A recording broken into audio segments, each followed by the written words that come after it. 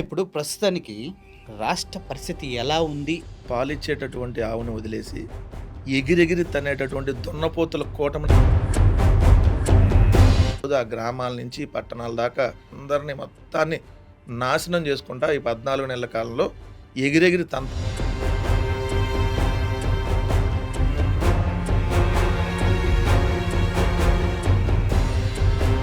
ఇప్పుడు జగనన్న అమ్మఒడి కాదు కదా! జనాల గుండెల్లో జగనన్న అమ్మఒడి. లోకేష్ గారంట కదా! ఆ పథకాన్ని మళ్ళీ ప్రవేశపెట్టింది. చెప్పట్లేదు సార్, చంద్రబాబు నాయుడు అన్ని ఈ భూప్రపంచంలో టీడీపీ వర్షన్ ఎలా ఉందంటే, వాళ్ళే సుపరిపాలన అందిస్తున్నట్టు, వాళ్ళే పథకాలని ప్రజల దగ్గరికి ఇప్పటివరకు సూపర్ సిక్స్‌లో హామీస్ అన్నీ నెరవేర్చామంటూ మన రాష్ట్ర ముఖ్యమంత్రి చంద్రబాబు నాయుడు గారు స్వయానా ప్రకటించారు. కానీ ఇది మీకు అర్థం కావట్లేదా? లేకపోతే కనిపించట్లేదా? కళ్ళుండి చూడగలిగినటువంటి వాళ్ళకి, చెవులుండి వినగలిగినటువంటి వాళ్ళకి సూపర్ 6 అంటే ఏంటి? 6 పథకాలు. ఒకటేంటి? 15,000 పథకం, 2 18,000 పథకం, 3 20,000 పథకం, 4 36,000 పథకం, 5 3 సిలిండర్లు, 6 ఉచిత బస్సు ప్రయాణం. నీకు 15 నీకు 15 నీకు 15 అనేది మొదటి ఏడాది నీకు 0 నీకు 0 నీకు 0. సూపర్ 6 సూపర్ ఫ్లాప్ అయిందా? సూపర్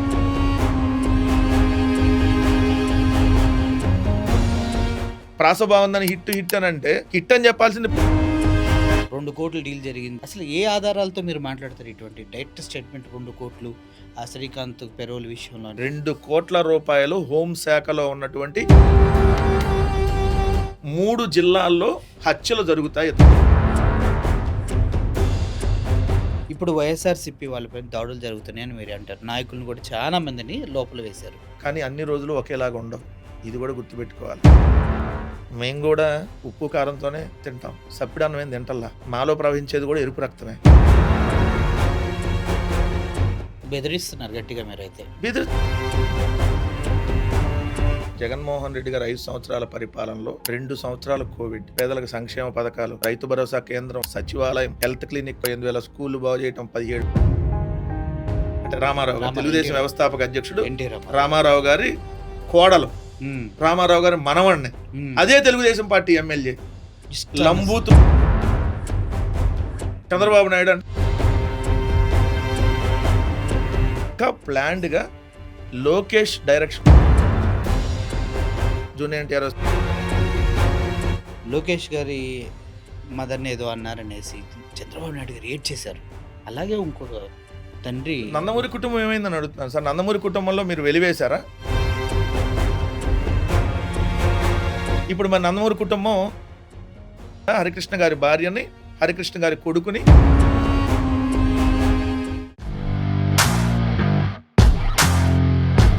మనతో పాటు వైఎస్ఆర్సీపీ రాష్ట్ర అధికార ప్రతినిధి, ఏ సమస్య వచ్చినా కూడా అది టీడీపీకి సంబంధించి అయితే ఒంటి కాలి మీద ఎగిరి వాస్తవాలతో చెంప పగలగొట్టి అసలు ప్రజలకి స్వచ్ఛమైన న్యూస్ మొత్తాన్ని అందే విధంగా ఉదయం 6కి స్టార్ట్ అవుతుంది ఆయన ప్రస్తుతం. నాకు తెలిసి ఇంకా ముందే ఉండొచ్చు. న్యూస్ రీడింగ్ చేసి ఆ తర్వాత టీవీ ఛానల్స్కి ఇంటర్వ్యూస్ ఇచ్చి ఆ తర్వాత పార్టీ కార్యక్రమాల్లో పాల్గొంటూ రోజంతా బిజీగా ఉండే వైఎస్ఆర్సీపీ పార్టీ అధికార ప్రతినిధి కారుమూరి వెంకట్ గారు మనతో ఉన్నారు. సార్ నమస్తే. నమస్తే మురళి అన్న. థ్యాంక్ యూ అన్న. ఇప్పుడు ప్రస్తుతానికి రాష్ట్ర పరిస్థితి ఎలా ఉంది అని అడిగితే మీరేం చెప్తారు? ఒక సింపుల్గా ఒకటే మాటలో చెప్పాలంటే, పాలిచ్చేటటువంటి ఆవును వదిలేసి ఎగిరెగిరి తన్నేటటువంటి దున్నపోతుల కూటమిని అధికారంలో తెచ్చుకున్నామని ఈరోజు ప్రజలు అనుకుంటా ఉన్నారు. ఎందుకంటే జగన్మోహన్ రెడ్డి గారు 5 సంవత్సరాల పరిపాలనలో 2 సంవత్సరాలు కోవిడ్, లక్షలాది మంది ప్రాణాలను కాపాడినటువంటి ముఖ్యమంత్రిగా, ఏదైతే దాదాపు 30,000 కోట్లు కరోనాలో టెస్టింగ్లకి, ట్రేసింగ్లకి, ట్రీట్మెంట్లకి, కరోనాని ఆరోగ్యశ్రీ, ఆ టైంలో కూడా పేదలకు సంక్షేమ పథకాలు, చెప్పినటువంటి హామీలు కాకుండా చెప్పినటువంటివి కూడా చేసి 2,75,000 కోట్లు నేరుగా డీబీటీ ద్వారా ప్రజలకు అందించి గ్రామాన రైతు భరోసా కేంద్రం, సచివాలయం, హెల్త్ క్లినిక్, డిజిటల్ లైబ్రరీ, నాడు నేడులో భాగంగా 38,000 స్కూళ్ళు బాగు చేయటం, 17 మెడికల్ కాలేజీలు, 4 పోర్టులు, 10 ఫిషింగ్ హార్బర్లు, 6 ఫిష్ ల్యాండ్ సెంటర్లు, 1,35,000 శాశ్వత సచివాలయ ఉద్యోగాలు సింగిల్ నోటిఫికేషన్, అలానే మొత్తంగా 6 లక్షల ప్రభుత్వ ఉద్యోగాలు. సో ఇలా అన్నీ చెప్పుకుంటా పోతే జగన్మోహన్ రెడ్డి గారు మంచి సుపరిపాలన, మహాత్మా గాంధీ గారు కళ్ళగన్నటువంటి గ్రామ స్వరాజ్యం ఎలా ఉంటుందో సాకారం చేసి జగన్మోహన్ రెడ్డి అనేటటువంటి ముఖ్యమంత్రి ఏదైతే గ్రామ స్వరాజ్యాన్ని సాకారం చేసి చూపిస్తే ఈరోజు ఆ గ్రామాల నుంచి పట్టణాల దాకా ఏదైతే కింద స్థాయిలో ఉన్నటువంటి వ్యక్తుల నుంచి పై స్థాయిలో ఉన్నటువంటి వ్యక్తుల దాకా అందరినీ మొత్తాన్ని నాశనం చేసుకుంటా ఈ 14 నెలల కాలంలో ఎగిరెగిరి తంతా ఉన్నారనేది క్లియర్గా చెప్పచ్చు. ఇది మీ వర్షన్. కానీ టీడీపీ వర్షన్ ఎలా ఉందంటే, వాళ్ళే సుపరిపాలన అందిస్తున్నట్టు, వాళ్ళే పథకాలని ప్రజల దగ్గరికి ఇప్పటివరకు సూపర్ సిక్స్‌లో హామీస్ అన్నీ నెరవేర్చామంటూ మన రాష్ట్ర ముఖ్యమంత్రి చంద్రబాబు నాయుడు గారు స్వయానా ప్రకటించారు. కానీ ఇది మీకు అర్థం కావట్లేదా? లేకపోతే కనిపించట్లేదా? నేను కళ్ళుండి చూడగలిగినటువంటి వాళ్ళకి, చెవులుండి వినగలిగినటువంటి వాళ్ళకి నేను చెప్పేది తప్ప రైటా మీరే ఆలోచించండి. ఎందుకంటే మీరు అన్నారు సూపర్ 6తో పాటు అన్నీ ఇచ్చేసారని అన్నారు కదా. ఎలా ఇచ్చారు, ఏమి ఇచ్చారో ఇప్పుడు నేను చెప్పేదాన్ని బట్టి ఇచ్చారా లేదా మీరే డిసైడ్ అవ్వండి. ఓకే. సింపుల్గా చెప్తున్నా నేను. సూపర్ 6 అంటే ఏంటి? 6 పథకాలు. ఒకటేంటి 15,000 పథకం, 2 18,000 పథకం, 3 20,000 పథకం, 4 36,000 పథకం, 5 3 సిలిండర్లు, 6 ఉచిత బస్సు ప్రయాణం. అవును. దీంట్లో నీకు 15 నీకు 15 నీకు 15 అనేది మొదటి ఏడాది నీకు 0 నీకు 0 నీకు 0 ఇచ్చారా సూపర్ 6? లేదు కదా. అంటే కొత్తగా వచ్చిన రెండు ప్రభుత్వం. రెండో ఏడాది మరి మొదటి ఏడాది రెండో ఏడాది కలిపి 15 + 15 ఏమన్నా ఇచ్చారా? ఇవ్వాల. రెండో ఏడాది ఎంత ఇచ్చారు? నీకు 15 ప్లేస్లో నీకు 13, నీకు 8,000, నీకు 9,000, నీకు 10,000, 20 లక్షల మంది కట్. మరి నీకు 15,000ది ఏదైతే తల్లికి వందనం అంటే జగనన్న అమ్మఒడి ఎక్కడంది ఇప్పుడు? ఇప్పుడు జగనన్న అమ్మఒడి కాదు కదా, జనాల గుండెల్లో జగనన్న అమ్మఒడి. లోకేష్ గారు అంటే కదా ఆ పథకాన్ని మళ్ళీ ప్రవేశపెట్టింది. చెప్పట్లేదు సార్. చంద్రబాబు నాయుడు అన్ని ఈ భూప్రపంచంలో మొత్తం మనుషులు కూడా నేనే కానీ పెట్టా అన్నట్టు, ఆ మనుషులకు నేనే పేరు పెట్టా అన్నట్టుగా ఉంటుంది లోకేష్ మాటలంటే. సో రెండో పథకం వచ్చేటప్పటికి నీకు 18,000 ఆడబిడ్డ నిధి. అవును. మొదటి ఏడాది ఏ ఆడబిడ్డకైనా 18,000 రూపాయలు వచ్చిందా? రాలేదు, గుండు 0. రెండో ఏడాది ఏమన్నా వచ్చిందా? లేదు, గుండు 0. మూడో ఏడాది అన్న ఇస్తారన్న చెబుతున్నారా? ఆల్రెడీ ఇచ్చేసాం, P4తో లింక్ చేసామని ఏదేదో సొల్లు కబుర్లు చెప్తున్నారు. మరి ఎక్కడ సూపర్ 6లో రెండో పథకం గుండు 0. 3 అన్నదాత సుఖీభవ 20,000 ప్రతి రైతుకి 20,000 అని చెప్పింది. జగన్మోహన్ రెడ్డి గారు ఉన్నప్పుడు ఇచ్చినటువంటి రైతు భరోసా కంటే 7 లక్షల మందికి తగ్గించారు. మొట్టమొదటి ఏడాది నీకు 20,000 ప్లేస్లో గుండు 0, రెండో ఏడాది నీకు 20,000 ప్లేస్లో 14,000 ఇస్తానంటున్నాడు. అది కూడా ఒక 5,000 మాత్రం ఇచ్చాడు మనం ఇంటర్వ్యూ చేసే టయానికి. 7 లక్షల మంది కోత. మరి సూపర్ 6 7 లక్షల మందికి తగ్గించారు.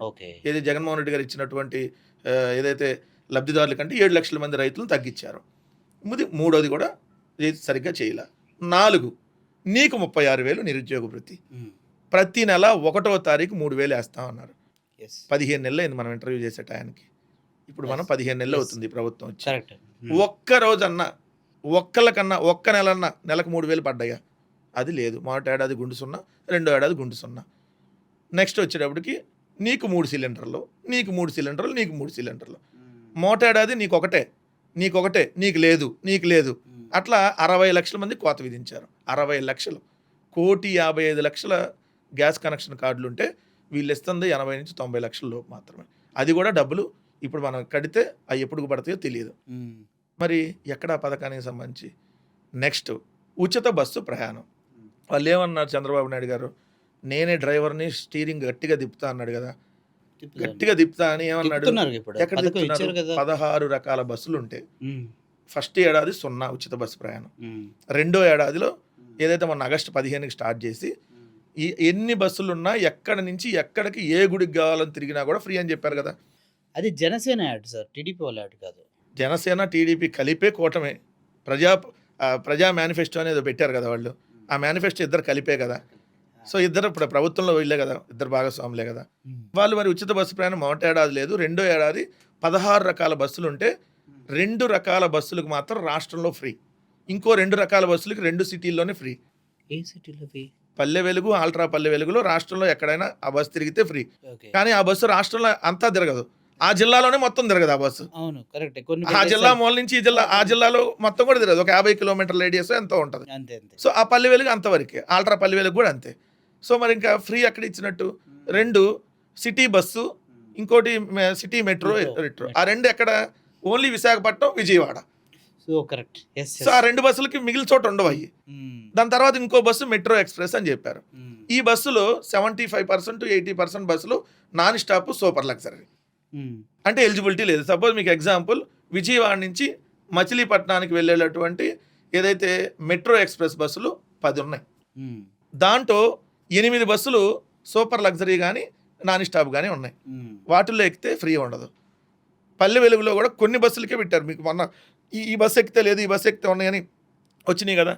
అట్లానే ఆయన ఏమన్నాడు, తిరుమల అంతా ఎక్కువ మంది లేదు, తిరుమల కొండ మీదకి వెళ్ళడానికి ఫ్రీ ఉందా? లేదు. ఇప్పుడు ఘాట్ రోడ్లు ఏదో మళ్ళీ పెడుతున్నామని అంటున్నారు. సో అనేక రకాల బస్సు సర్వీసులకు ఫ్రీ లేదు. అంటే ఉచిత బస్సు కాదు, ఉచిత బస్సు ఉంది కానీ ఉచిత బస్సు ప్రయాణం మాత్రం అందరికీ కాదు, అన్ని చోట్లకి కాదు అంటానికి అదే కదా ఎగ్జాంపుల్. మరి సూపర్ 6 సూపర్ ఫ్లాప్ అయ్యిందా, సూపర్ చీటింగ్ అయిందా అనేది ఇక్కడ అర్థమవుతుంది కదా. వాళ్ళు ఏదో ప్రాస బాగుందని హిట్ అని అంటే హిట్ అని చెప్పాల్సింది ప్రజలు కదా. అనంతరం మన హిట్ అని ఇప్పుడు ఎవరి సినిమాకి ఆ డబ్బు కొట్టుకున్నాడు అన్నట్టుగా తెలుగుదేశం ప్రభుత్వానికి వాళ్ళు డబ్బు కొట్టుకోవడం కాదు కదా. అవతలాడు బాగుందంటే బాగున్నట్టు. సో ఇవన్నీ ఇప్పుడు సూపర్ 6ని మోసం చేసామనేది క్లియర్. అది కాకుండా 143 హామీలు కూడా ఇచ్చారు కదా. అందులో ఏ ఒక్కటి నెరవేర్చింది లేదు కదా. 2 మెయిన్గా జగన్మోహన్ రెడ్డి గారు ఇచ్చినటువంటి సంక్షేమ పథకాలన్నింటినీ కొనసాగిస్తా అన్నాడు కదా. మరి అవన్నీ ఆపేశాడు కదా. ఇప్పుడు చేయూతలు, ఆసరాలు అన్నీ. మరి ఇంకెక్కడ చంద్రబాబు నాయుడు గారు ప్రజలకు మేలు చేసినట్టు?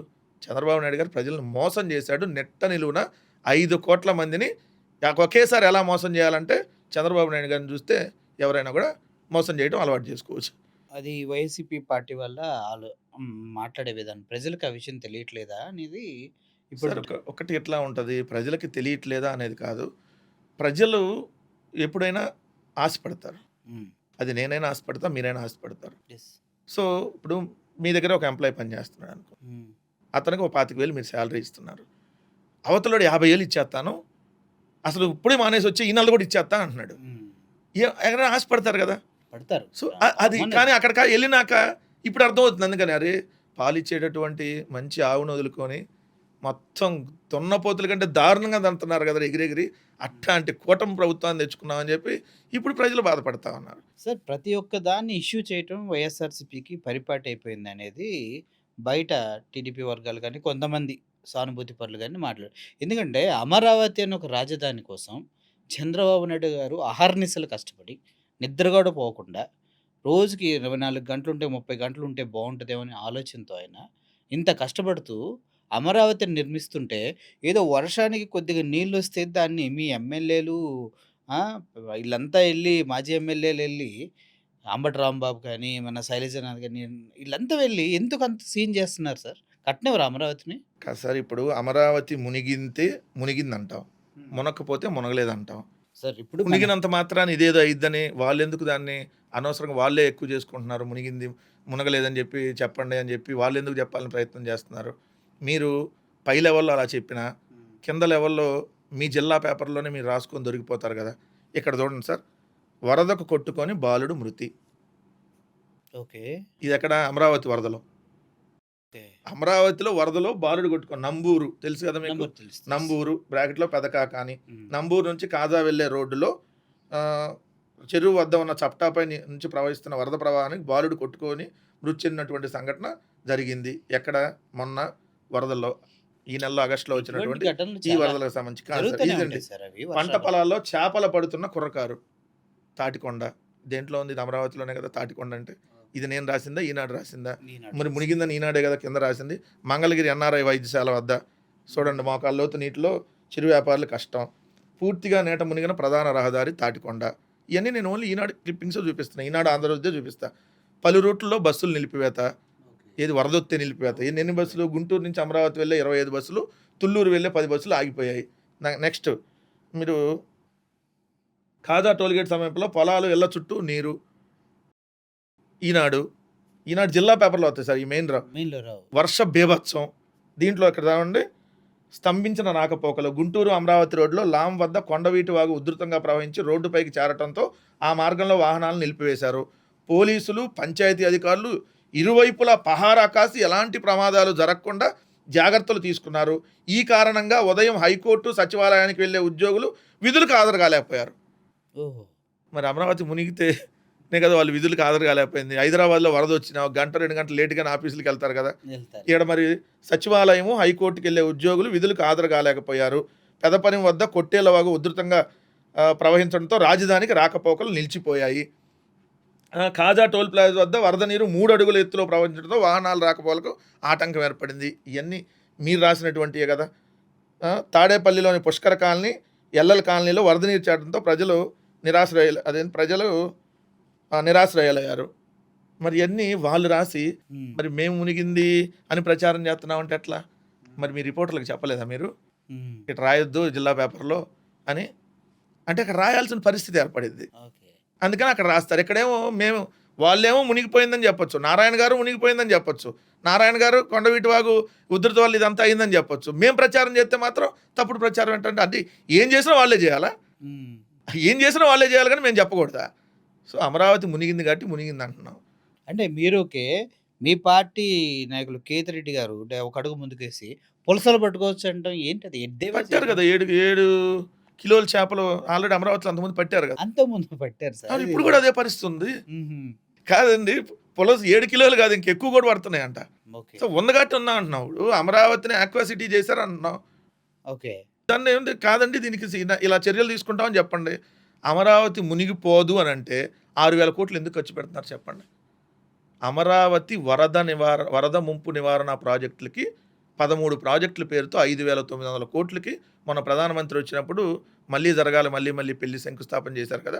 ఆ శంకుస్థాపనలో దీన్ని కూడా చేశారు. అదేముంది సార్, మళ్ళీ ఎన్నిసార్లు చేస్తారండి పెళ్లి? జరిగిన దానికి మళ్ళీ పెళ్లి ఎన్నిసార్లు చేస్తారు? ఒకసారి చేస్తారు శంకుస్థాపన. ఒకసారి మోడీ వస్తాడు, మళ్ళీ రెండోసారి కూడా మోడీ వచ్చి శంకుస్థాపన. అప్పుడు ఏమన్నా ఉందా అంటే ఏం లేదు. అప్పుడు ఒక 100 కోట్లు తగలేశారు, ఇప్పుడు ఒక 500 కోట్లు తగలేశారు. అంటే ఏం చేశారు? అప్పుడు రాష్ట్రానికి మోడీ గారు ఒక చెంబు నీళ్లు గుప్పెడి మట్టి ఇచ్చారు. మనం అది కూడా ఇవ్వాల. మన చాక్లెట్లు చేసి ఇచ్చాడు జేబులో. పవన్ కళ్యాణ్కి ఒక చాక్లెట్, లోకేష్కి ఒక బిస్కెట్. అంతకుముందు అన్న కనీసం మన మహాన నీళ్ళను మట్టన చల్లారు. సార్ ఒక్క విషయం, మీరు పవన్ కళ్యాణ్ చాక్లెట్, లోకేష్కి బిస్కెట్ ఎప్పుడు ఇచ్చారు సార్? అవి కూడా ఇవ్వలేదు. అయితే మరీ దారుణం సార్. మీరు మరి అతిశక్తిని ఇలా పెంచకండి. మరీ దారుణం. పవన్ కళ్యాణ్ గారు ఏదో దగ్గితే ఒక చాక్లెట్ ఇస్తే దాన్ని మీరు సీరియస్ చేస్తే మీరే అంటున్నారు కదా ఇప్పుడు ఏదైతే చాక్లెట్ దగ్గితే చాక్లెట్ ఇచ్చాడని. పవన్ కళ్యాణ్ దగ్గితే చాక్లెట్ ఇచ్చాడు. రాష్ట్రం ఏడా ఇబ్బందుల్లో ఉంది, మరి ఏమి ఇచ్చాడు? లోకేష్ కి బిస్కెట్ అని మీరు ఎలా అట్లా ఎందుకు అలా? లోకేష్ బిస్కెట్ కూడా ఇవ్వలేదా? ఒకళ్ళకి చాక్లెట్ ఇచ్చి ఇంకోళ్ళు బిస్కెట్ కూడా ఇవ్వకపోతే ఇది అన్యాయం కదా. మోడీ గారు వివక్ష చూపిస్తున్నట్టే కదా. అప్పుడు ఏంటి మా మీద వివక్ష చూపిస్తున్నారు? ఏంది మా మీద అంటే వైఎస్ఆర్ కాంగ్రెస్ పార్టీ ఆంధ్రప్రదేశ్ రాష్ట్ర ప్రజల మీద వివక్ష చూపిస్తున్నారు. మోడీ గారు ఎందుకంటే స్టీల్ ప్లాంట్ నమ్మకానికి పెట్టారు. సో రాజధానికి ₹1 డబ్బులు ఇచ్చింది లేదు. శంకుస్థాపన మాత్రం ఒక 500 కోట్లు రాష్ట్ర ప్రజల సొమ్ము. పోలవరానికి ఇచ్చారు కదా సార్ 13,000 కోట్లు. పోలవరానికి 13,000 కోట్లు ఇస్తామన్నారు. జగన్మోహన్ రెడ్డి గారు ఉన్నప్పుడే ఇస్తామన్నారు. ఏది అది కూడా మొదటి దశ కంప్లీట్ కావడానికి. కానీ వీళ్ళు ఏం చేశారు? పోలవరం మొత్తానికి ఆ 13,000 కోట్లు చాలు. ఎందుకంటే 55,000 కోట్లు పోలవరం అంచనా వేయం. సో అంచనా వేయి 55,000 కోట్లు ఏది 45 అడుగులు ఎత్తుకు పోలవరం నిర్మిస్తే, వీళ్ళు 45.72 మీటర్లకు నిర్మిస్తే 55,000 కోట్లు. కానీ వీళ్ళు 41 మీటర్ల వరకే నిర్మిస్తాము, అంతటితో చాలని చెప్పి సంతకాలు పెట్టి వస్తే అంతటితో 13,000 కోట్లు ఇస్తామన్నారు. ఇది అన్యాయం కదా. ఎత్తు తగ్గించడం వల్ల ఇప్పుడు రాయలసీమ, నెల్లూరు ఈ ప్రాంతాలకి చాలా ప్రాబ్లం అవుతుంది అంటున్నారు. అసలు అక్కడ దాకా కృష్ణా డెల్టాకే రాదు. అప్పుడు కృష్ణా డెల్టాకే రాదు. 41 మీటర్లకు కానీ మీరు పోలవరాన్ని అంతటితో ఆపితే, 41 మీటర్లకే పరిమితం చేస్తే కృష్ణా డెల్టా కూడా నీళ్ళు అందే పరిస్థితి ఉండదు. పోలవరం బౌలార్ధ సాధక ప్రాజెక్ట్ వల్ల ఓ చిన్న నార్మల్ డ్యామ్ లాగా ఈ పరిస్థితి అయింది. సో మరి ఇట్లా ఇంత వివక్ష చూపిస్తుంటే దాన్ని వెళ్ళి మీరు ఒప్పుకొని వస్తే, మీరు వివక్ష అంటారు, మోడీ ఏమీ చేయట్లేదు అంటారు, మళ్ళీ మీరు లోక్సభలోకి వెళ్ళి మోడీకి సపోర్ట్ చేస్తారు. లోక్సభలో మోడీకి సపోర్ట్ కాదు, ఏదన్నా బిల్లులకు సంబంధించిన అంశంలో రాష్ట్రానికి ఉపయోగపడేటటువంటి బిల్లులో, దేశ ప్రయోజనాలను కాపాడేటటువంటి బిల్లులో అయితే డెఫినెట్లీ మద్దతు ఇస్తాం. దాంట్లో రాష్ట్రపతి ఉపరాష్ట్రపతి మీరు సపోర్ట్ చేస్తారని డైరెక్ట్ గా చెప్పారు. ఇప్పుడు ఉపరాష్ట్రపతికి కాదు సార్, కాంగ్రెస్ పార్టీ ఉన్నప్పుడు కూడా రాష్ట్రపతి అభ్యర్థికి సపోర్ట్ చేశాం. మరి మేము కాంగ్రెస్ వ్యతిరేకమే కదా. ఆ రోజు ప్రణబ్ ముఖర్జీ గారు రాష్ట్రపతి అభ్యర్థి అంటే మేము దాంట్లో ఒక లైన్ ఉంది మాకు. ఏంటది? స్పష్టంగా రాజ్యాంగబద్ధ పదవులకి పోటీ ఉండకూడదు. సో రాజ్యాంగబద్ధ పదవులు అంటే ఏంది? రాష్ట్రపతి, ఉపరాష్ట్రపతి, ఇక్కడ స్పీకరు. ఇట్లా కోడెల శివప్రసాద్ మాకు వ్యతిరేకమే కదా, అయినా మేము స్పీకర్గా ఆయనకి మద్దతు తెలిపాం కదా. సో అది మా స్టాండ్. ఎందుకంటే ఆ పదవుల అంశంలో రాజకీయాలు వద్దు. సరే వాళ్ళు రాజకీయాలు చేస్తారు, ఇక వాళ్ళ విజ్ఞతగా వదిలేస్తాం దాన్ని. కానీ మేము అక్కడ రాజకీయంగా పోటీ పెట్టొద్దు అనేది మా స్టాండ్. దానిలో భాగంగానే మేము అంతమంది కాంగ్రెస్ పార్టీ ఉన్నప్పుడు రాష్ట్రపతి ఉపరాష్ట్రపతికి కాంగ్రెస్ మద్దతు తెలిపిన వాళ్ళకి మేము పెట్టాం. తర్వాత బీజేపీ వచ్చిన తర్వాత బీజేపీ మద్దతు ఎవరికైతే ఇచ్చిన వాళ్ళకి ఇచ్చాం. సో ఆ పదవులకు సంబంధించి ఇచ్చాం, అక్కడ పార్టీలకు కాదు. ఓకే. సో ఆ పదవులు ఎవరైతే ఉంటున్నారో అతనికి మద్దతు ఇచ్చాం. దానికి మాకు బీజేపీకి లింక్ పెడితే ఎట్లా? సో ఎవరో మాట్లాడుకునేవాడు మాట్లాడుకుంటారు, అది వాళ్ళ ఇష్టం. అయినా సార్ ఓకే. మా హోమ్ మినిస్టర్ గారి పైన, అనితమ్మ గారి పైన ఎందుకు మీకు అంత కోపం? నిన్న మీదొక వీడియో చూసా. 2,00,00,000 డీల్ జరిగింది. అనిత ఇన్వాల్వ్ అయ్యారు, అన్నట్టు చేశారు. అసలు ఏ ఆధారాలతో మీరు మాట్లాడతారు? ఇటువంటి డైరెక్ట్ స్టేట్మెంట్ 2,00,00,000 ఆ శ్రీకాంత్ పెరోల్ విషయంలో అనేసి ఎలా మాట్లాడతారు మీరు? పత్రికల్లో వచ్చిన ఆధారాలు బట్టి మాట్లాడా. అందుకనే మీరు తీసుకోలేదు, మీకు సంబంధం లేదు అనంటే హ్మ్. హైకోర్టు సిట్టింగ్ జడ్జితో విచారణకి మీరే ఆదేశించండి. హ్మ్. హోంమంత్రిగా ఇదిగో నా మీద హైకోర్టు సిట్టింగ్ జడ్జితో విచారణ చేయించమని చంద్రబాబు నాయుడు గారిని వెళ్ళి మరి అడగొచ్చు కదా. హ్మ్. 2 కోట్ల రూపాయలు హోంశాఖలో ఉన్నటువంటి ముఖ్యమైనటువంటి వ్యక్తికి ఇచ్చామనేది పత్రికల్లో వచ్చింది. ఓకే. హోంశాఖ జాయింట్ కార్యదర్శిగా ఉన్నటువంటి ఎవరైతే ఆయన కిషోర్, ఆయన రిజెక్ట్ చేశాడు. ఎవరైతే ఆయన శ్రీకాంత్ పెరోల్ని రిజెక్ట్ చేశాడు. 2 ఎమ్మెల్యేలు సిఫార్సు చేసిన ఏదైతే ఆయన క్యాన్సిల్ చేశారు. Kotamreddy Sunil Nellore rural MLA and Gudur MLA Pasam Sunil, వాళ్ళిద్దరూ ఇదిగోండి ఈ నేరస్తుడు శ్రీకాంత్కి పెరోల్ ఇవ్వండి అని చెప్పి వాళ్ళు లెటర్ పెట్టారు. పెట్టిన దాన్ని అతను రిజెక్ట్ చేశాడు. ఎస్పీలు రిజెక్ట్ చేశారు, పెట్టొద్దని చెప్పి. ఎస్పీలు రిమార్కులు కూడా రాశారంట. ఎస్పీలు రిమార్కులు రాసి 3 జిల్లాల్లో హత్యలు జరుగుతాయి ఇతను బయటకు వస్తే. ఆంధ్రజ్యోతిలోనే వచ్చింది అది. 3 జిల్లాల్లో ఈ శ్రీకాంత్ పెరోల్ మీద బయటకు వస్తే హత్యలు జరుగుతాయి. న్యూస్ ఉందా మీ దగ్గర? మీకు ఇప్పుడే చూపిస్తాను. ఆంధ్రజ్యోతిలో వాళ్ళు రాసినటువంటి ఆర్టికల్ కూడా కిలేడి అనేటటువంటిది ఒక టైటిల్ పెట్టి, ఒక్క సెకండ్ మీకు క్లియర్గా అర్థమైద్ది. కాకినే వణికించే కిలాడి, ఆంధ్రజ్యోతి పెట్టినటువంటి హెడ్డింగ్. దీంట్లో చూడండి, ఇక్కడ ఖైదీకి పెరోల్ వెనుక ఆమె, 2 జిల్లాల పోలీసులు, నెల్లూరు సెంట్రల్ జైలు సూపరింటెండెంట్ వద్దన్న యావజ్జీవ ఖైదీకి పెరోల్ రావటాన్ని ఇటీవల ఆంధ్రజ్యోతి బయటపెట్టిన సంగతి తెలిసిందే. ఈ పెరోల్ వెనుక ఉన్నది ఆ మహిళే అని తెలుస్తుంది. ఆమెకు అడ్డుగా ఉన్న 2 వ్యక్తులు లెక్క తేల్చేందుకే జైల్లో ఉన్న ఆ వ్యక్తిని పెరోల్పై బయటకు తీసుకొచ్చినట్టు పోలీసులు అనుమానిస్తున్నారు. ఆ ఖైదీ బయటకు వస్తే 3 జిల్లాల్లో హత్యలు జరిగే అవకాశం ఉందంటూ ఆయా జిల్లాల ఎస్పీలు నివేదికలు ఇచ్చినా ఆ వ్యక్తికి పెరోల్ లభించిందంటే ఆమె ఏ స్థాయిలో చక్రం తిప్పుతుందో అర్థం చేసుకోవచ్చు. ఇది ఆంధ్రజ్యోతి. కాదు అరుణ తీసుకొని వచ్చిందని. 2 కోట్ల రూపాయలు ఇచ్చారు హోంశాఖ సంబంధించి వస్తుంది. మరి ఎమ్మెల్యేలు కూడా ఇచ్చి ఉండాలిగా, వాళ్ళేం ఓరక రిఫర్ చేయరుగా. వాళ్ళకి చెరో కోటాన్ని ఇచ్చారా అని మేము అడుగుతున్నాం. ఇవ్వలేదు అని అంటే మీరు విచారణకి ఆదేశించండి. మీరు నిజంగా నీతిగా నిజాయితీగా ఉంటే హైకోర్టు సిట్టింగ్ జడ్జితో విచారణ చేసి మీరు శుద్ధపూసలాగా బయటికి రావాలి కదా. అసలు ఈ డబ్బులు ఎక్కడే? ఇంత డబ్బులు ఒక వ్యక్తికి పెరోల్ కోసం కోట్లాది రూపాయలు ఖర్చు పెడుతున్నారు అని అంటే బయటకు వచ్చి ఏం చేయడానికి ఖర్చు పెడుతున్నారు? 3 జిల్లాల్లో హత్యలు జరుగుతాయని ఎస్పీలు చెప్పారంటే అసలు ఎవరిని హత్యలు చేయడానికి ఈ ప్రభుత్వం వాళ్ళని బయటకు తీసుకొని వచ్చింది? చంద్రబాబు నాయుడు గారికి కానీ లోకేష్కి కానీ శ్రీకాంత్ పెరోల్ విషయంలో సంబంధం లేకపోతే హైకోర్టు సిట్టింగ్ జడ్జితో విచారణ చేయండి, లేదంటే వాళ్ళకు కూడా సంబంధం ఉందనేది ఖచ్చితంగా. చంద్రబాబు గారిని లోకేష్ గారిని లాగుతున్నారేంటి మరి లేకపోతే వాళ్ళకి సంబంధం లేకుండా పెరోల్ గాని వస్తే ఒక్కసారి నా చిన్న క్వశ్చన్. ఇప్పుడు శ్రీకాంత్ అనే వ్యక్తి జీవిత ఖైదు, అతను పెరోల్ వచ్చే అవకాశం ఏం లేదు.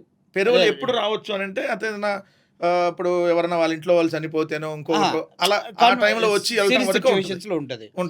పైగా ఒకసారి ఈయన జైలు నుంచి తప్పించుకుని కూడా పారిపోయాడు అంట కదా. అసలు ఇతను తెలుగుదేశం కార్యకర్త, పాయింట్ నెంబర్ 1. ఇతను గూడూరులో తెలుగుదేశం కార్యకర్త బిఫోర్ 2009. సో 2010లో ఇతనికి శిక్ష పడింది. 2010లో శిక్ష పడ్డాక 2014లో తెలుగుదేశం అధికారంలో రాగానే ఇతను తప్పించారు జైలు నుంచి, పారిపోలా, జైలు నుంచి తప్పించారు. 4.5 ఏళ్ళు జనజీవన స్రవంతిలో పెట్టారు. పెట్టి కావాల్సిన సెటిల్మెంట్లు కావాల్సిన అన్నీ చేయించుకున్న తర్వాత మళ్ళీ ఎలక్షన్స్ వచ్చే ముందు ఇతనే లొంగిపోయినట్టుగా చూపించారు. 4.5 సంవత్సరాలు ఇదే కూటమి ప్రభుత్వంలో బయట తిరిగినటువంటి వ్యక్తి శ్రీకాంత్.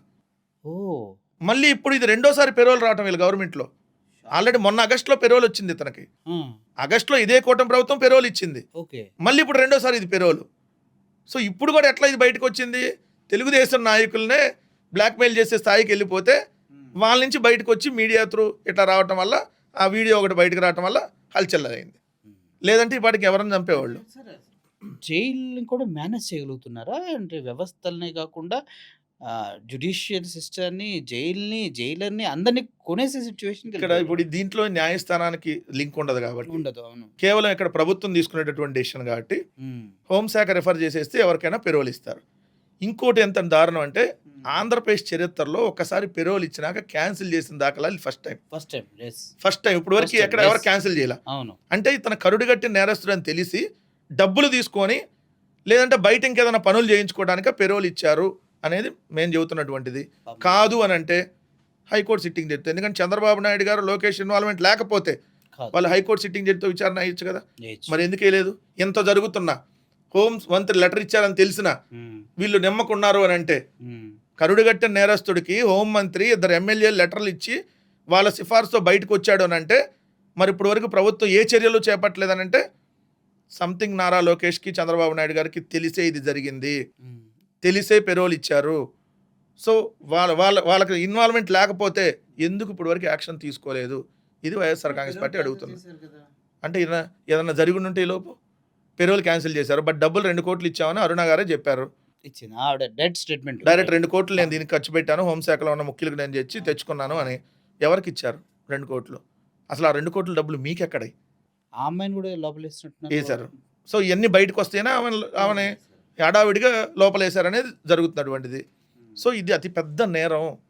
ఆంధ్రప్రదేశ్ రాష్ట్రంలో ప్రజాప్రతినిధులు ఏదైతే ప్రజలకి మంచి చేయాల్సినటువంటి ప్రజాప్రతినిధులు మంచి చేయకపోగా నేరస్తులకు పెరోల్ మీద బయటకు తీసుకొని వచ్చి ఏదైతే లత్కూరు పనులన్నీ చేపిస్తున్నారని అంటే, ఇది అత్యంత తీవ్రమైనటువంటి నేరంగా పరిగణించాలి. ప్రజలు కూడా దయచేసి ఆలోచించాలి. ఎందుకంటే మీ ఎమ్మెల్యేలు, మీ తెలుగుదేశం ఎమ్మెల్యేలు ఎలా ఉన్నారు చూడండి. నేరస్తుల్ని పెరోల్ మీద బయటికి తెస్తున్నారు డబ్బులు తీసుకొని.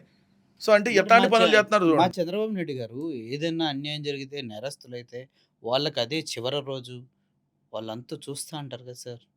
చెప్పేదానికి చేసేదానికి ఏమన్నా పొంతనుందా చంద్రబాబు నాయుడు గారికి? మీరు చెప్పేదేంటి? నేరస్తులు అంతు చూస్తా, ఇక్కడేమో నేరస్తులకు అండగా ఉంటా. హ్మ్. అక్కడేమో టీవీల ముందేమో చంద్రబాబు నాయుడు గారు మాట్లాడేది, మీడియా ముందు నేరస్తులు అంతు చూస్తా. హ్మ్. దాని తర్వాత ఆ మీటింగ్ అయిపోగానే ఆ నేరస్తులను బయటికి తీసుకొని వచ్చి అన్ని పనులు చేపిచ్చేసేయండి. మరి ఇదే కదా పేరోల్ భాగవతం. సార్ ఇదొకటి. గతంలో మీరు వైజాగ్, అరకు ఈ ప్రాంతంలో ఒక జనసేన నాయకులు గంజాయి, డ్రగ్సు చేస్తున్నారు. ఎక్స్‌పోర్ట్ వాళ్ళు ఇంపోర్ట్ చేసుకుంటున్నారు.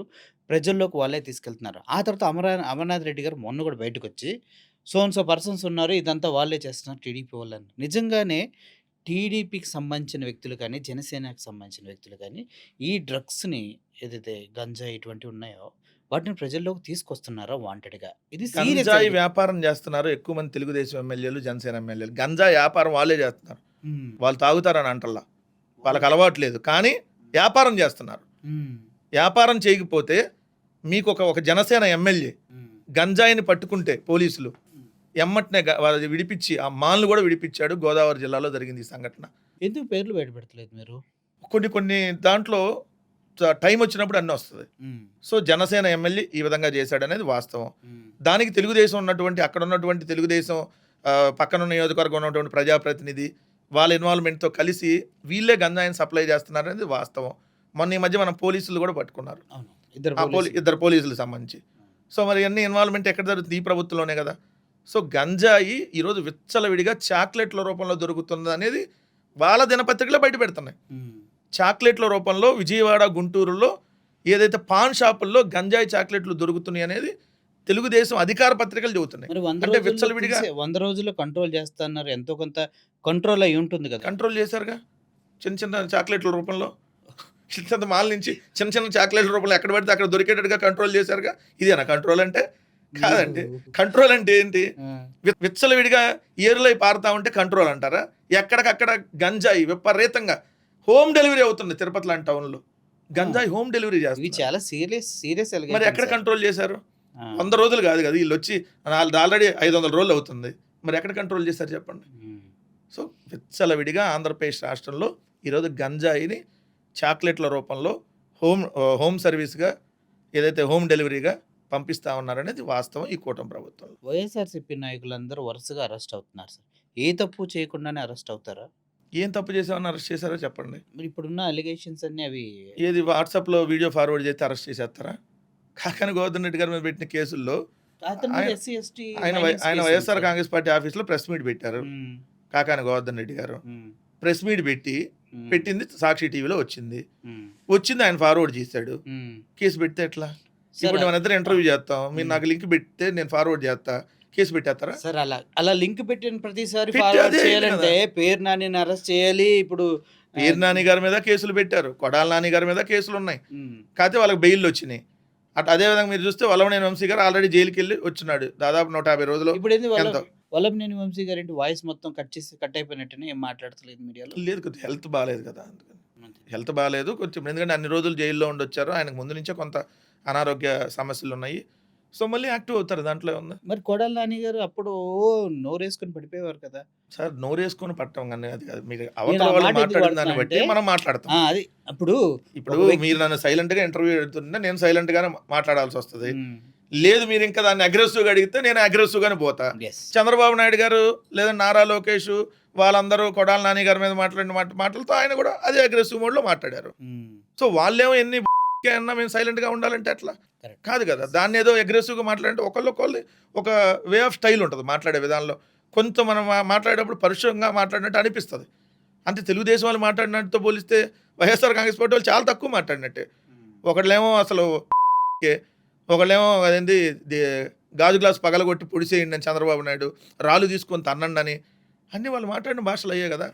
చాలా ఒకళ్ళేమో దెం భాష, ఒకళ్ళు లం భాష, ఒకళ్ళు సంభాష, అయ్యన్న పాత్రుడు, అదేవిధంగా అలా ఎమ్మెల్యే రోజా గారి మీద బండారు సత్యనారాయణ మూర్తి మాట్లాడిన మాటలు. అతి దారుణమైన ఇప్పుడు కూడా కామెంట్స్. రోజా గారి మీద అస్సలు ధరణ వాళ్ళు సహించడానికి లేదు. నగర ఎమ్మెల్యే భానుప్రకాష్ మాట్లాడుతున్నటువంటి మాటలు ఇప్పుడు కూడా రోజా గారి మీద. మరి ఇయన్నీ ఎంత జుగుప్సాకరమైన మాటలు. కానీ వాళ్ళు మాట్లాడేయి ఎక్కడ బయటికి రానీయకుండా టీవీలు వాళ్ళు ఏం చేసినా ఇన్ని బూతులు తిట్టి ఇన్ని రకాల లకారాలు మాట్లాడినా అసలు ఎక్కడ న్యూస్ కూడా వాళ్ళు వేయరు. లేదు సార్. అదే దాన్ని వైఎస్ఆర్ కాంగ్రెస్ పార్టీ వాళ్ళు ఏదన్నా ఒక టంగ్ స్లిప్ అయిందనుకోండి, అసలు ఇక భూమండలం బద్దలైపోయినట్టుగా, అసలు వీళ్ళు అసలు భూమి మీద ఉండటానికి అర్హులు కాదన్నట్టుగా ఈ విధంగా ప్రచారం చేస్తారు. సో అది జనాలు అది కూడా ఆలోచించుకోవాలి. కరెక్టే. ఇప్పుడు పులివెందుల ఎలక్షన్స్ జరిగినాయి సార్. దాని రిగ్గింగ్ జరిగింది. ఒక మురళీ నాయక్ అనే వ్యక్తి డైరెక్ట్‌గా DSP. DSP police officer gun తీసి కాల్చేస్తున్న కొడకల్లారా పోలీస్ అన్నాడు. పులివెందులు అనేది జగన్మోహన్ రెడ్డి గారి అడ్డా అనేది ఎప్పటినుంచో అక్కడ వ్యతిరేకంగా పులివెందుల్లో ఎట్టి పరిస్థితుల్లో జగన్మోహన్ రెడ్డి గారు వాళ్ళ పార్టీలు కాంగ్రెస్ ఉన్నప్పుడు కాంగ్రెస్, ఇప్పుడు వైఎస్ఆర్‌సీపీ ఉన్నప్పుడు వైఎస్ఆర్‌సీపీయే గెలుస్తూ వచ్చింది. కానీ ఇప్పుడు పూర్తి స్థాయిలో ఓటమి పాలైపోయింది. వద్దనుకున్నా, అవునన్నా, కాదన్నా ఓటమి పాలైంది. రిగ్గింగ్ చేశారో, ఇంకోటి చేశారో, కోర్టులు కూడా రీ ఎలక్షన్ కండక్ట్ చేసినాయి అదంతా. కానీ ఎందుకు ఫోర్స్‌ఫుల్‌గా మీరు ప్రతిఘటించలేకపోతున్నారు? ఇక్కడ ఒక పాయింట్ పులివెందుల ఎప్పుడైనా వైఎస్ఆర్ కాంగ్రెస్ పార్టీ అడ్డానే. హ్మ్. పులివెందుల్లో ప్రజలందరినీ బంధించేసి, పక్క నియోజకవర్గాల్లో ఉన్నటువంటి జనాలను తీసుకొనొచ్చి, దొంగోట్లు గుద్దించుకొని, పోలీసులను అడ్డం పెట్టుకొని, ఏదో పులైపోయారంటే పులవరు. పిల్లి అంటారప్పుడు. అప్పుడు గెలవాలి అనంటే నిజాయితీగా గెలిస్తే దాన్ని గెలుపంటారు. అడ్డదారిలో ఈవీఎం ద్వారా గెలిస్తే దాన్ని గెలుపవ్వదు. దొంగోట్లేసుకొని గెలిస్తే గెలుపవ్వదు. అది ఎన్నికవ్వదు. ఎందుకంటే 670 ఓట్లు మాకేసినందుకు ముందుగా ధన్యవాదాలు ఆళ్ళకి. హా!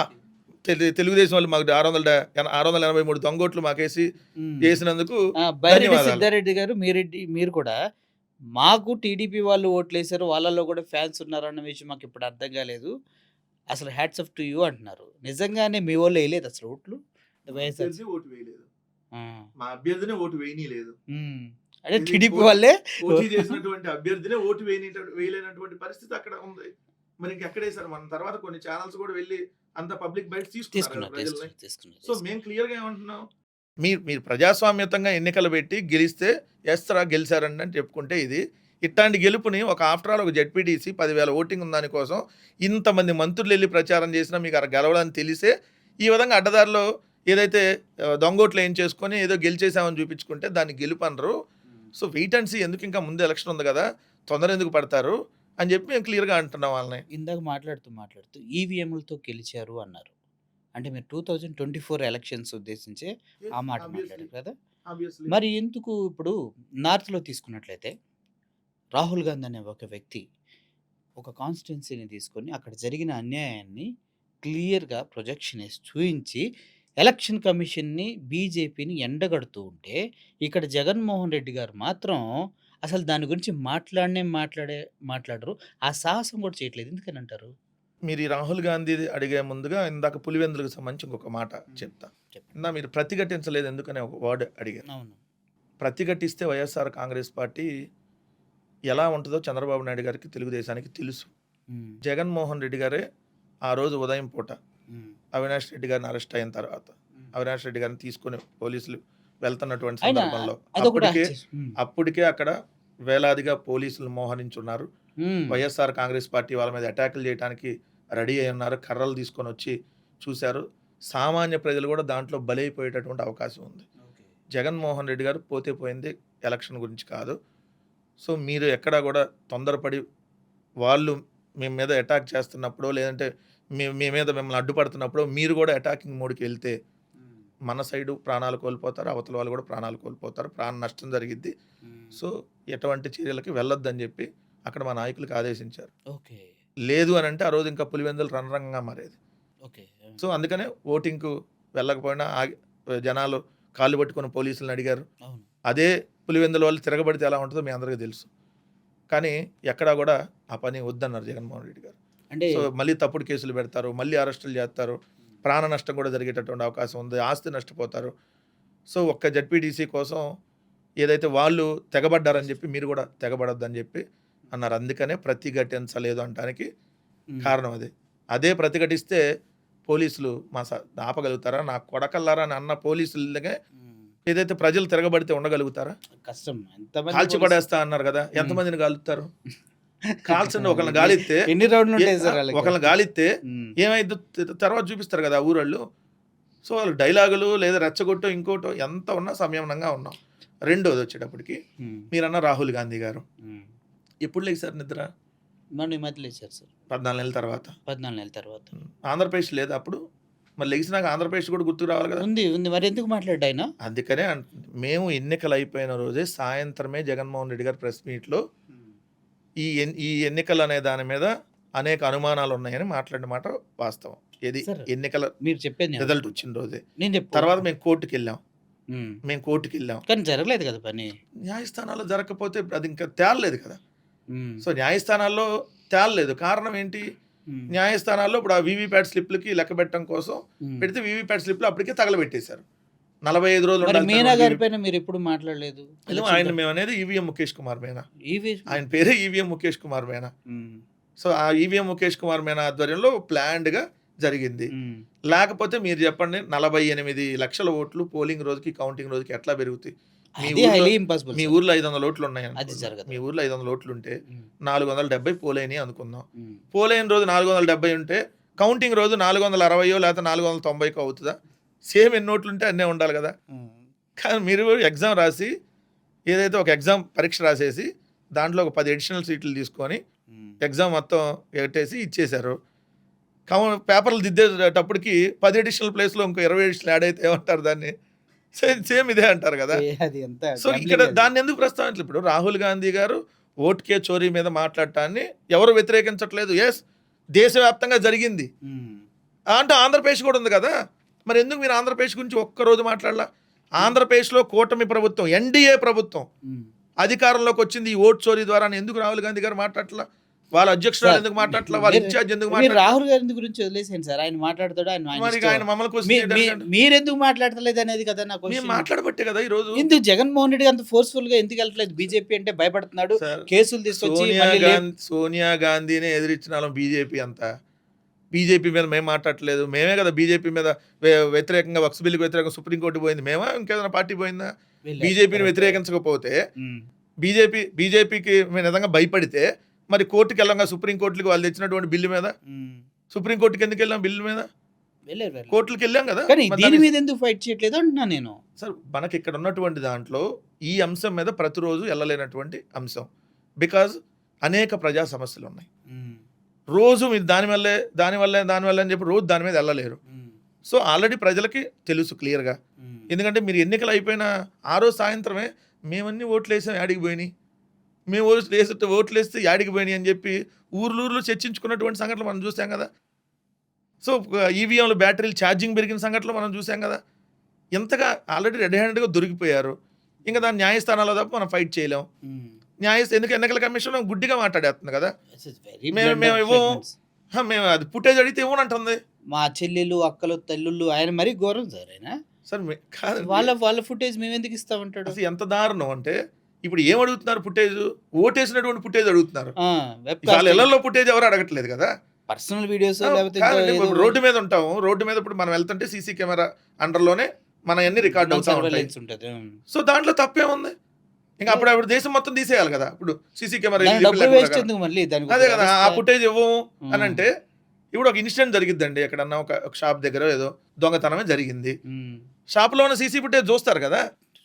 సో ఇక్కడ మీకు దొంగతనం జరిగింది, ఓట్లు దొంగగా వేశారు, ఆ సీసీ ఫుటేజ్ అడుగుతున్నాం. ఎలక్షన్ కమిషనర్ వాళ్ళ ఇంట్లో సీసీ ఫుటేజ్ అడగట్లా. ఇప్పుడు మన పులివెందుల్లో జరిగినటువంటి ఏదైతే పులివెందుల జడ్పీడీసీ, ఒంటిమిట్ట జడ్పీడీసీకి జరిగినటువంటి ఏదైతే ఆ దొంగ ఓట్లు ఉందో ఆ సీసీ ఫుటేజ్ అడుగుతున్నాం మేము. అది కూడా ఏమంటే వాళ్ళు అప్పుడు ఎవరు సో సీసీ ఫుటేజ్ ఎవరంటే ఇంకెందుకు మరి సీసీ కెమెరాలు పెట్టడం. కానీ మాచర్లో మాత్రం సీసీ ఫుటేజ్ మీడియా వాళ్ళకి వచ్చేసింది. అది ఎలా వచ్చింది మరి? దొంగలు కాబట్టి వచ్చింది. దొంగలు ఈ దొంగలు అందరూ కలిపి చేశారు కాబట్టి అది వచ్చింది. మరి ఇది ఎవరంట ఫుటేజ్? మాచర్లో మాత్రం టీవీలకు వచ్చేస్తుంది. ఎన్నికల కమిషనర్ సంబంధం లేదంట. అంటే ఎంత తెలుగుదేశం వాళ్ళ మీడియా హ్యాండ్ ఓవర్లో ఉందా ఈ సీసీ ఫుటేజ్ అంతా? ఎన్నికల కమిషనర్ డమ్మీ అనే కదా దానికి అర్థం. సో ఎన్నికల కమిషనర్ నోరెత్తి మాట్లాడట్లా. దొంగ ఓట్లు ఇన్ని ఫోటోలతో సహా, ఇన్ని విజువల్తో సహా మేము మొన్న పులివెందుల ఒంటిమిట్టకు సంబంధించి చూపిస్తే తేలుకుట్టిన దొంగలాగా ఉన్నారు. సో మరీ దారుణం, కలెక్టర్ ట్వీట్ డిలీట్ చేయటం చరిత్రలో ఫస్ట్ టైం. కలెక్టరు అరే దొంగతనం జరిగిపోయిందేడా అని చెప్పి ట్వీట్ని దొంగతనంగా డిలీట్ చేశాడు. నీ సమక్షంలో 2 చేతులు జేబులో పెట్టుకొని దర్జాగా నిలబడితే వాడు వచ్చి దొంగోటు గుద్దుతుంటే ఇంతకంటే దుర్మార్గం ఏమైనా ఉందా? ప్రజాస్వామ్యం నిజంగా 79 ఏళ్ల తర్వాత కూడా చచ్చిపోయింది అని అంటే ఇంతకంటే దారుణ దుర్మార్గం ఇంకోటి ఉండదు. జగన్మోహన్ రెడ్డి గారు దాన్ని అడ్రస్ చేశారు చూపించి. సార్ నేను లాస్ట్ క్వశ్చన్ అడుగుతా సార్. ఇప్పుడు వైఎస్ఆర్సీపీ వాళ్ళపైన దాడులు జరుగుతున్నాయని మీరు అంటారు. నాయకులను కూడా చాలా మందిని లోపల వేశారు. ప్రతి దానికి ఒక తారక మంత్రం ఏంటంటే 2.0 2029 అని మీరు చెప్తా ఉంటారు. జగన్మోహన్ రెడ్డి గారు చెప్తా ఉంటారు. కానీ ఈ టీడీపీ కానీ జనసేన నాయకులు కానీ జగన్మోహన్ రెడ్డి ఒక గొడ్డల పోటు వేసే వ్యక్తిగా, ఒక ఫ్యాక్షనిస్ట్గానే పోర్ట్రేట్ చేస్తాడు. అంత ఫ్యాక్షనిజం వచ్చి అంత పౌరుషం ఉన్న వ్యక్తి మీరు ఇందాక చెప్తున్న పులివెందుల ఎన్నికల్లో ఎంత సంయమనం పాటించారో మీ మాటల్లో నేను విన్నా. అలాగే చాలా విషయాల్లో జగన్మోహన్ రెడ్డి గారు రేజ్ అయ్యే స్టేట్మెంట్స్ ఆయన ఏమి ఇవ్వడు, కూల్గానే చెప్తూ ఉంటారు.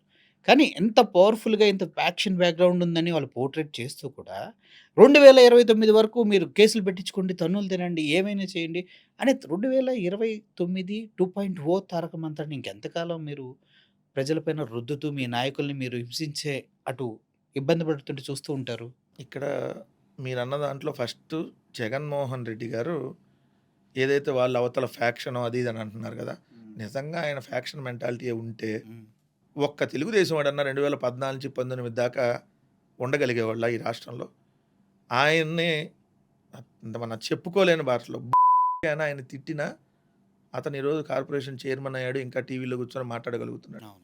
ఫ్యాక్షన్ నిజంగా ఆ మెంటాలిటీ జగన్మోహన్ రెడ్డి గారిలో 1% అన్న ఉంటే అన్నవాడు ఉండగలిగేవాడు ఈ రాష్ట్రంలో. చెప్పులు తీసుకొని తంతా నా డాషుల్లారా, పేకల పిసి చంపేస్తా నా డాషుల్లారా, ఒక్కొక్క నా డాషుని అని మాట్లాడిన వాళ్ళు, సైకో అని మాట్లాడిన వాళ్ళు. జగన్మోహన్ రెడ్డి గారు నిజంగా ఆ టైప్ ఆఫ్ మెంటాలిటీ ఉంటే ఒక్కడన్నా ఈరోజు రోడ్డు మీద తిరగలిగేవాడా? రాజారెడ్డి గారిని ఎవరైతే చంపారో ఆ చంపిన వాళ్ళు ఈరోజు స్వేచ్ఛగా తిరగలుగుతున్నారు కదా. పులివెందుల్లో జగన్మోహన్ రెడ్డి గారి మీద తొడలగొట్టినాడు.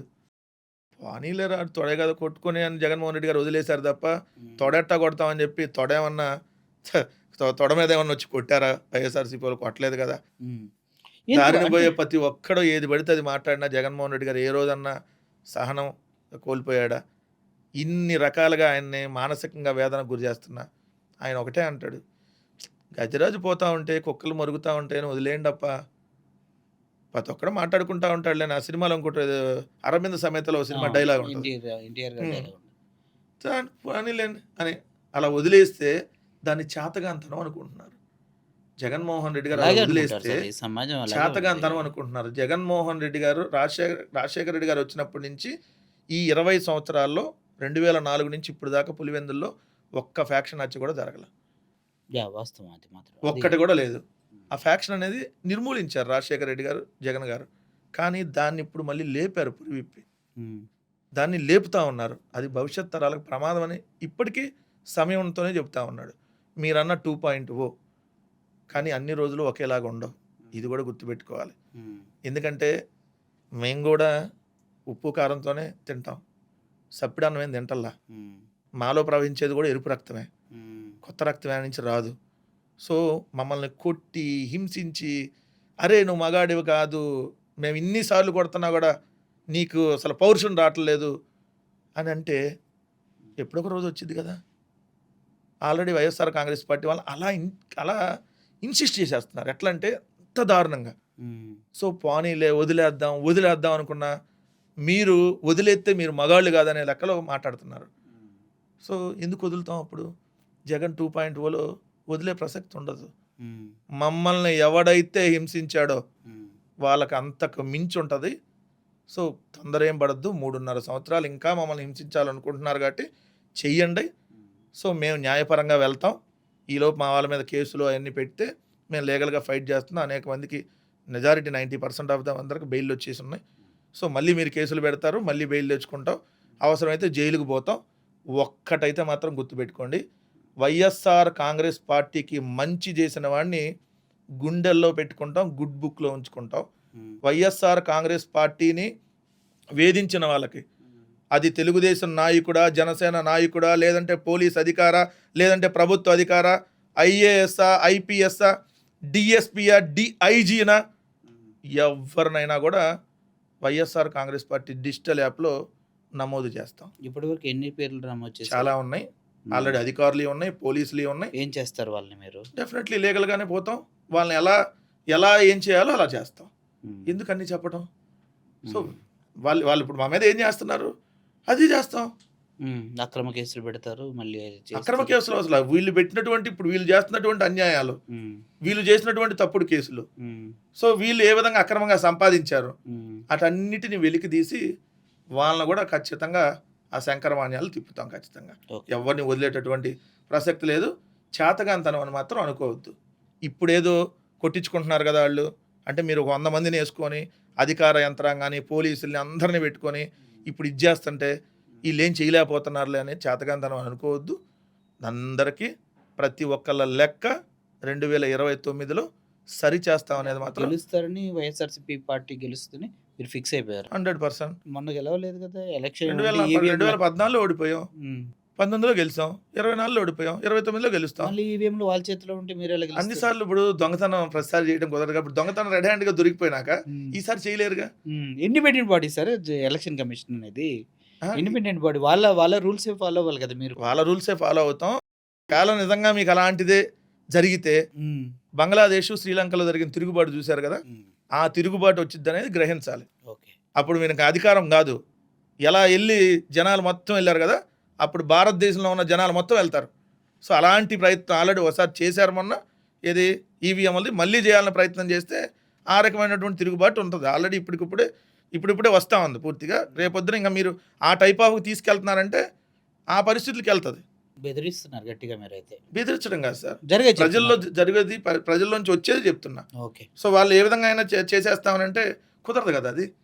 సో ఖచ్చితంగా ఒకటైతే చెప్తున్నాం, మేము మంచి చేసి ఓడిపోయాం. అందుకనే ఈరోజు కాలర్ ఇలా పైకి ఎగరేసి మీ అందరి ముందుకు వచ్చి మేము చెప్పగలుగుతున్నామంటే వాళ్ళు చెడు ప్రచారం చేసి గెలిచారు. అందుకనే వాళ్ళు ఈరోజు 14 నెలలైనా ధైర్యంగా వచ్చి ఒక్కడ కూడా ఏం మాట్లాడలేకపోతున్నారంటే వాళ్ళకి మాకు ఉన్నటువంటి డిఫరెన్స్ అదే. మళ్ళీ వస్తాం 2029లో అధికారంలోకి. జగనన్న వస్తున్నాడు, మళ్ళీ మంచి రోజులు వస్తాయని మాత్రం స్పష్టంగా చెప్తాను. సూపర్ సార్, మీ కాన్ఫిడెన్స్కి, మీ పార్టీ తరఫున మీరు వినిపించే మీ వాయిస్కి చాలామంది ఫ్యాన్స్ ఉన్నారు. నేను కూడా ఒక అమ్మాయి ఎవరో ఏం మాట్లాడుతున్నారయ్యా అంది మీ గురించి. నేను చూసి ఇంతమంది చూస్తున్నారా అమ్మాయి అన్నారా ఎక్కడ ఉంటుంది.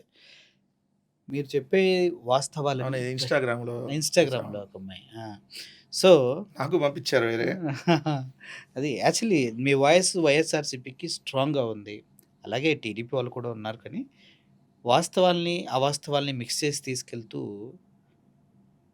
వాళ్ళు వాళ్ళు సార్ ఇప్పుడు ఒకటన్నా నేను బలంగా మా నాయకుడు జగన్మోహన్ రెడ్డి గారు కూడా ఒకటే చెప్తారు. హ్మ్. మనం ఎవరి మీద చెడు ప్రచారం చేయవసరం. మనం చేసిన మంచి చెప్పుకుంటా వెళ్దాం. హ్మ్. సో లేదు. వాళ్ళు మీ చేస్తున్నటువంటి వల్ల కావట్లేదు సార్ సమర్థవంతంగా అది మీరనుకుంటున్నారు. కాదు సార్ మేము ఆ చెడు చెప్పలేము. హ్మ్. ఇప్పుడు ఆ! 1,91,000 మంచిని కోట్ల గూడా మీరు అప్పుంటే తీసుకెళ్ళలేకపోతున్నారు గదా! 1,91,000 కోట్ల అప్పుంటే హ్మ్. జగన్మోహన్ రెడ్డి గారు 1,92,000 కోట్లని కూడా చెప్పడు. కరెక్ట్‌గా నంబర్ వాళ్ళేమో 14,00,000 కోట్లు 20,00,000 కరెక్ట్ ఆ ఫిగర్‌లో చెబుతాడు. అవును. సో ఇప్పుడు 1,99,000 కోట్లు అప్పు ఉందనుకో 2,00,000 అంటాం కదా సహజంగా. అట్లా కూడా చెప్పడు జగన్మోహన్ రెడ్డి గారు. ఏమంటారంటే ఎందుకు ఉన్నదే చెబుదాం. హ్మ్. ఒక్క అంకె కూడా మార్చి చెప్పరు, తప్పు చెప్పరు. కానీ వాళ్ళు చూడండి మేము 3,00,000 కోట్లు 3,32,000 కోట్లు అప్పు చేస్తే 14,00,000 కోట్లని ఎంత దుష్ప్రచారం చేశారు. చేశారులెండి. చేశారు. అది అందరూ అంత దారుణంగా వాళ్ళు పురంధరేశ్వరి చేస్తారు. గారు చేశారు. పవన్ కళ్యాణ్ చేశారు. చంద్రబాబు నాయుడు గారు చంద్రబాబు చెప్పారు. లోకేష్ గారు చెప్పారు. ఆయన ఆర్థిక శాఖ మంత్రి ఇప్పుడు పయ్యావుల పయ్యావుల కేసు. కేశవ్ గారు చెప్పారు. మళ్ళీ మీరు అసెంబ్లీలో అది కాదని చెప్పి కూడా మళ్ళీ బయటకొచ్చి మళ్ళీ అదే చెబుతా అదే ఉంటారు. అంటున్నారు. అది అసలు ఎట్లా మాట్లాడుతున్నారని నాకు కూడా అర్థం కావట్లేదు. అంటే వాళ్ళకి అదే అలవాటైపోయింది. అలవాటయిపోయింది అంటారా? వాళ్ళ అదేంది ఆ టీడీపీ డిఎన్ఏలోనే ఉన్నట్టుంది అది. అబద్ధాలు, మోసాలు. టీడీపీ డిఎన్ఏ అయితే ఎన్టీఆర్ ఫ్యామిలీకి లేదు ఆయన లేడు కదా. ఆయన నుంచి లాక్కున్నారు డిఎన్ఏ మారిపోయింది. డిఎన్ఏ మార్చేశాడు. అది నందమూరి తారక సార్ రామారావు. మర్చిపోయాను. సారీ ఏమనుకోకండి, ముగిద్దాం అనుకునేది లాస్ట్ క్వశ్చన్. మొన్న జూనియర్ ఎన్టీఆర్ గారిని ఈ ఎమ్మెల్యే అవును. సో ఇష్టానుసారంగా అనంతపురం ఎమ్మెల్యే. అనంతపురం ఎమ్మెల్యే అలా మాట్లాడుతున్నాను. అసలు ఏంటి సార్ ఏమనుకుంటున్నారు మీరు? నారా లోకేష్ మాట్లాడిచ్చాడంట నేనైతే. నారా లోకేష్ నారా లోకేష్ గారిని మాట్లాడించకపోతే జూనియర్ ఎన్టీఆర్‌ని ఉమ్, ఎప్పుడు యాక్షన్ తీసుకుంటారు తెలుగుదేశం ఎమ్మెల్యే మీద? ఉమ్, ఎంత దౌర్భాగ్యం అంటే ఉమ్, తెలుగుదేశం వ్యవస్థాపక అధ్యక్షుడు పెట్టినటువంటి పార్టీ.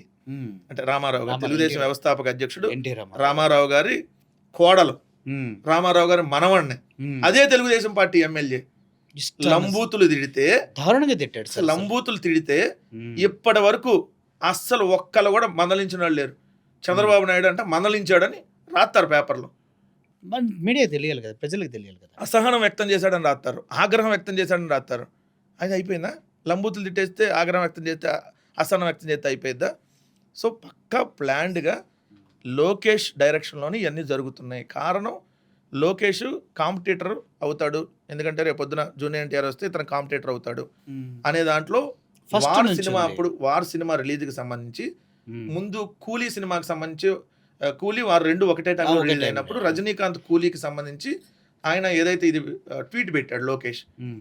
రజనీకాంత్ ట్వీట్ ట్వీట్ పెట్టాడు. పెట్టారు. అవును, అట్లా అంతకుముందు హరిహర వీరమల్లికి ట్వీట్ ట్వీట్ పెట్టాడు. చేశారు అన్న. కానీ సూపర్ జూనియర్ ఎన్టీఆర్కి చేయలే. ఎక్కడ ఉమ్, జూనియర్ ఎన్టీఆర్ గారి సినిమాకి చేయలే. ఉమ్, సో మీరు అబ్జర్వ్ చేయండి. సో అక్కడే అసలు ఉమ్, అక్కడి నుంచే ముందు చెప్పేశాడు, ఇదిగో మనం ఇలా అతనికి యాంటీ మనం అనేది ఇండికేషన్ ఇచ్చాడు. దాన్ని బట్టి వాళ్ళు రెచ్చిపోతారు కదా. ఒకటి మీరు లోకేష్ గారి మదర్ని ఏదో అన్నారనేసి చంద్రబాబు నాయుడు గారు ఏడ్ చేశారు. అలాగే ఇంకొక తండ్రి నందమూరి కుటుంబం ఏమైందని అడుగుతున్నాను సార్. నందమూరి కుటుంబంలో మీరు వెలివేశారా? ఉమ్, మన అంతకుముందు భువనేశ్వర్ గారిని అన్నారని చెప్పి మొత్తం వచ్చి నందమూరి కుటుంబం అంతా వచ్చి ప్రెస్ మీట్ పెట్టారు కదా. ఇప్పుడు మన నందమూరి కుటుంబం వెలివేసిందా హరికృష్ణ గారి భార్యని, హరికృష్ణ గారి కొడుకుని వెలివేశారా? సూటిగా అడుగుతున్నాను నందమూరి కుటుంబాన్ని.